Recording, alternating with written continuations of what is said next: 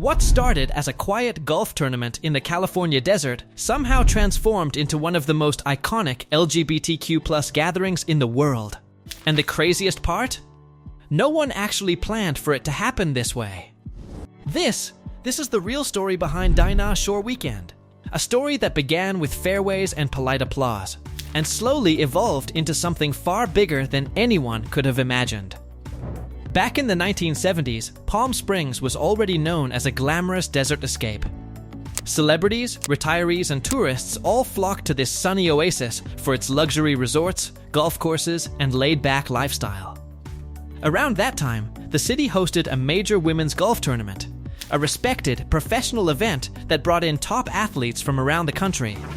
It was formal, structured, and exactly what you'd expect from a high-profile sports competition. Cameras focused on precision swings, crowds clapped politely, and everything revolved around the game. The tournament itself became closely associated with Dinah Shore, a beloved entertainer and television icon who helped sponsor and promote the event. Her name gave the tournament prestige. It wasn't just a sporting event anymore, it carried a sense of Hollywood charm and cultural significance. At the time, no one could have predicted that her name would eventually become tied to something completely different, something much louder, more vibrant, and far more unexpected. Because while the official event stayed focused on golf, something else was quietly happening in the background. Women, particularly lesbian women, began traveling to Palm Springs during the tournament weekend. But they weren't coming for the sport. They were coming for each other. At a time when safe, open spaces for connection were limited, this became an unspoken opportunity. There was no marketing campaign, no official announcement, no organized movement behind it. It spread through whispers, friendships, and word of mouth. And that's where things started to shift. Small groups began gathering at hotel pools, in lounges, and around the city. At first, it was subtle, just a few people recognizing that others had come for the same reason. But each year, more showed up. The energy began to change. What was once just a side effect of the golf tournament slowly started to become its own attraction. By the early years, hotels were filling up faster than expected. Poolside hangouts turned into casual parties. Music got louder. Conversations lasted longer. Strangers became friends almost instantly. There was a sense of freedom in the air, something that wasn't officially acknowledged, but was deeply felt by everyone who was part of it. It wasn't organized, but it didn't need to be.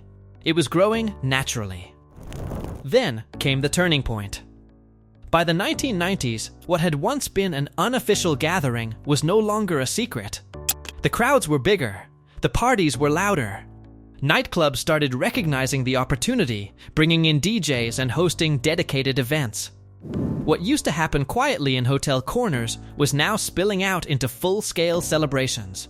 It had evolved into a full weekend experience, something people planned their year around.